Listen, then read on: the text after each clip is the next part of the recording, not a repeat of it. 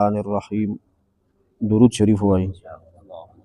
اللهم صل على محمد وعلى آل محمد كما صليت على إبراهيم وعلى آل إبراهيم إنك حميد مجيد.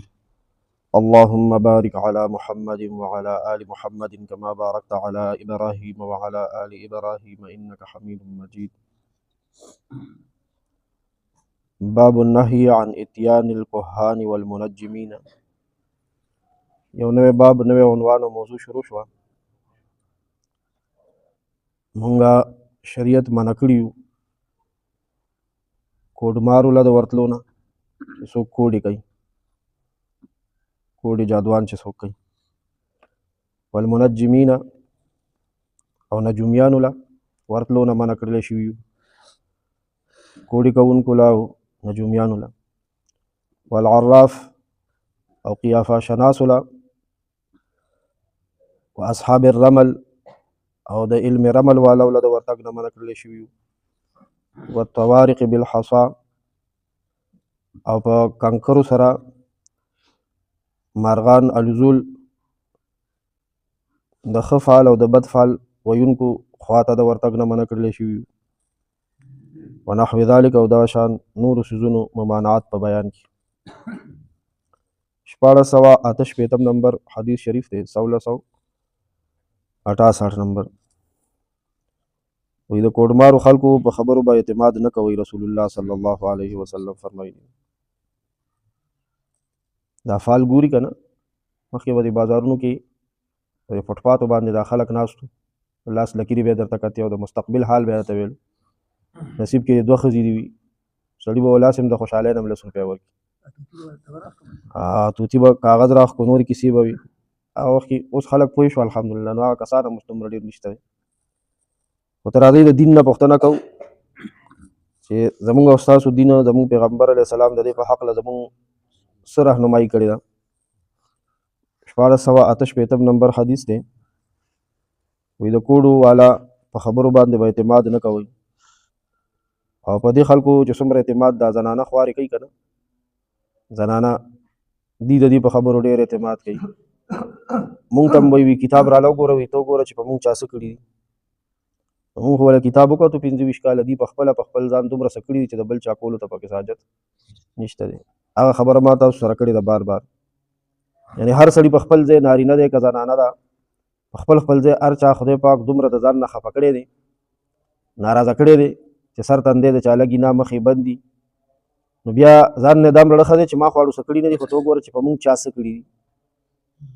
ځان سره خو دې په خپله کړي دي. نو ته الله سره روغ وکړه، مونځ او دس شروع کوه، د قرآن شریف دا سبق لږ وایه او ذکر اذکار کوه، او خپل کار سره کار لره، د چا په کارونو کې او کورونو کې ګوتې مه وه. ته ګوره چې څنګه ورځ سمېږي، مړه بندې لارې څنګه کولاویږي. نو دوی به لنډ دا وایي ته، او چې زنانه ته ووایې که نه چې چا در باندې څه کړي دي، بس داسې اختر شي پې او په تېزه کور ته لاړ شي. ما درته ویل چې په مونږ چا څه کړي دي، او دا زما هغه یور نه ده، یور دا به هغې کړي خامخا، دا هغه اندرور نه ده، دا به هغې کړي، او دا هغه ورندار ده، او دا هغه انګور ده، او دا خواښې ده. ما ویل که نه چې د دې مونږ سره دا قصې شروع دي صاحب، د کور د حال نه ځان خبر کوي. وعن عائشة رضی الله تعالی عنها قالت، مور بی بی ام المؤمنین حضرت عائشہ صدیقہ رضی اللہ عنها نے روایت دی، الله پاک د مور بی بی نه راضي شي، الله پاک دې د خپل ځان نه راضي کړي. زما ستا او د ټول امت د روحاني لوریانو زامنو د طرفه د الله پاک مور بی بی ته بهترینې بدلې ورکړي. قالت مور بی بی فرمایلی دي، سأل رسول الله صلی الله تعالی علیه وسلم اناس، څه کسانو صحابه کرامو نبی علیہ الصلوۃ والسلام نے پوښتنه وکړه عن الکهان، د دې کاهنانو باره کې چې دوی بعضې خبرې کوي، د مستقبل پیشنګویانې ورکوي چې ستا نصیب کې به دا چلي او ستا قسمت کې دا چل دی. فقال نبی علیہ السلام فرمایل لیسوا بشیء، دا هیڅ هم نه دي. نبی علیہ السلام څه فرمایل؟ هیڅ هم نه دي. دا د مغزو نه دا خبره وباسئ. فقالو، نو صحابه ورته عرض وکړو، یا رسول الله، اے د الله رسوله صلی الله علیه وسلم، انهم یحدثون احیانا بشیء، نو صاحب دي خو کله کله مونږ ته یو خبره وکړي که نه چې داسې به کېږي، فیکون حقا، هغه درست دي هماغه شانو شي، او تاسو وایي چې غوږ ورپسې مه وړئ، دا هېڅ هم نه دي. فقال رسول الله صلی الله تعالی علیه وسلم، پیغمبر علیه السلام وفرمایل، تلک الکلمة من الحق، دا خو یوه ټیک خبره وه یخطفها الجنی پیری را تختولی دا فیقرها فی اذن ولیه نو پزمکه چې په انسانانو کې د دې پیری شیطان کم دوستی کنه پزمکه د شیطان کم دوست دی هغه ته غوږ کې واچي دا کوډمار او دا نجومیان چې دي کنه دا د شیطان روریان دي د شیطان مرګري دي فیخلطون معها 100 کذبه دې سره ګډي کې بیا سل درو خبري وفي روایت للبخاري عن عائشه رضی الله تعالی عنها او په روایت د بخاری شریف کې راغلي دي دا روایت هم د سیده عائشه صدیقه رضی الله عنها ده انها سمعت رسول الله صلی الله تعالی علیه وسلم یقول چې مور بیبي د پیغمبر علیه الصلاۃ والسلام نه دا ارشاد اوریدلې دی نبی علیه السلام فرمایل ان الملائکه تنزل فی العنان وهو السحاب ملائکه راکوزی شي اوریازه تا ملائکه اوریازه کی راکوشي فتذكر الامر نخپلو کې یادای ذکر کوي د هغه کار قضیه فی السما چې کوم په اسمان کې فیصله شوی دی اسمان کې یو کار فیصله شوی دی مثلا دا کار فیصله شو چې د پیښور او مضافات باندې باران وروي ملائکه ته کار حواله کوي هغه اوس د تبړی وای اوریازي برا شړیو برابرۍ به ورته فیسترق الشیطان السمع دغه خبره د ملائکه چې یو بل ته وای چې د اوریازي لب پیښور ته مخه کوي الله پاک دا فیصله کړی چې په پیښور باران وری نو شیطان دغه خبره د ملائکه په غلا ووري فيسمعه وبري فيوحيه الى الكهان راشي پزمکه باندې چې کوم کوډ والا ناس دي کنه هغه ته ورو رسیدا شیطان فيكذبون معها 100 كذبه من عند انفسهم هغه سره یو ځای کې سل دروغ د ځانه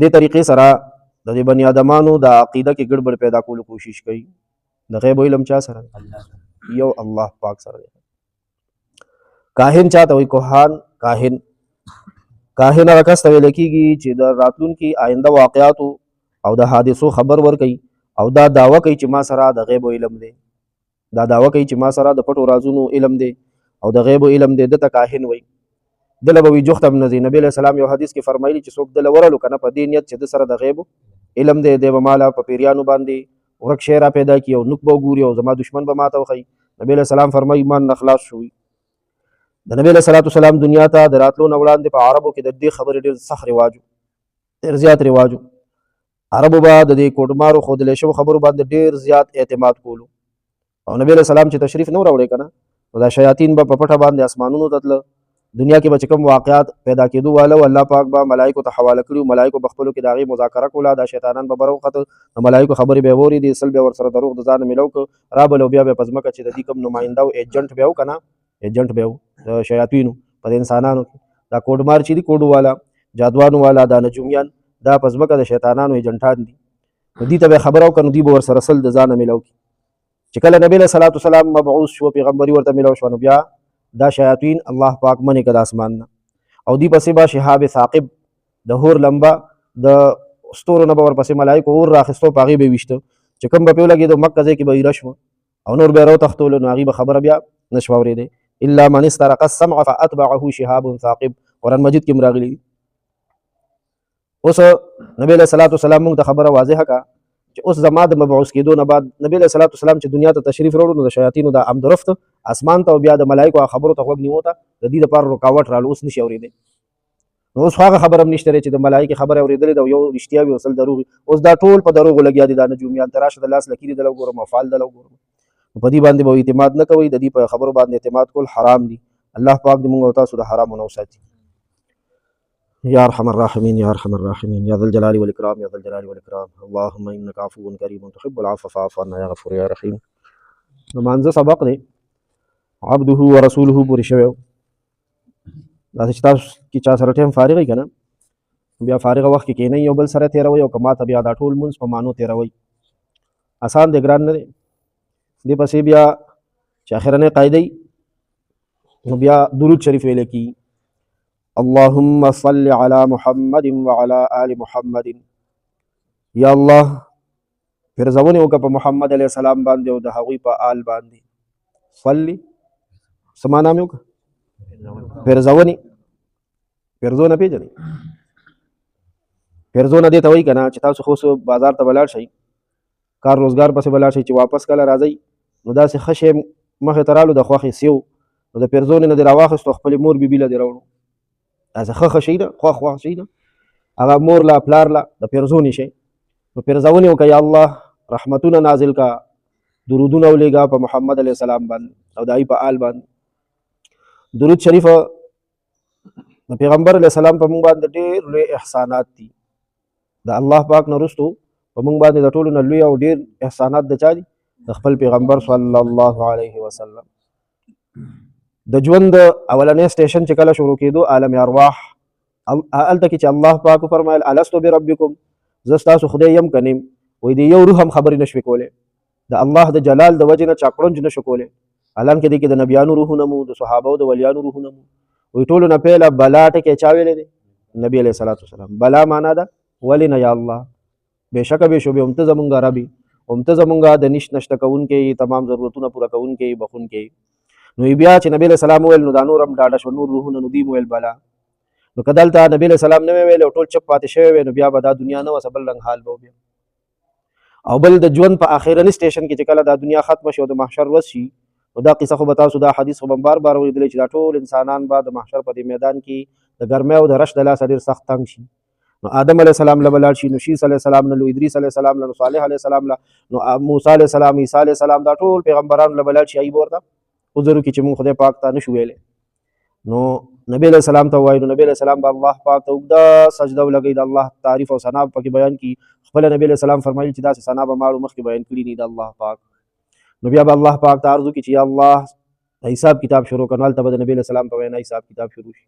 که دغه سفارش نبی علیه السلام ونه کړي، نو خدای خبر چې څومره موده به نور په محشر کې بیا ولاړ، او ډېر سخت ټایم دی، ډېر سخت. الله دې هغه ورځ په موږ اسانه کړي. او په دې منځ کې څومره احسانات دي، دا خو ما چې هغه اول او آخر کې غټ غټ احسانات ویل. نو د دې د وجې نه په موږ هر امتي باندې لازم ده چې پیغمبر علیه السلام له بدل ورکړو. د بدل خلاصولو دپاره موږ سره هېڅ شی نشته دی. موږ سره زیات نه زیات قیمتي څه شی دی؟ او د دنیا په څیزونو کې یادوم، زیات نه زیات قیمتي څیز موږ سره څه شی دی؟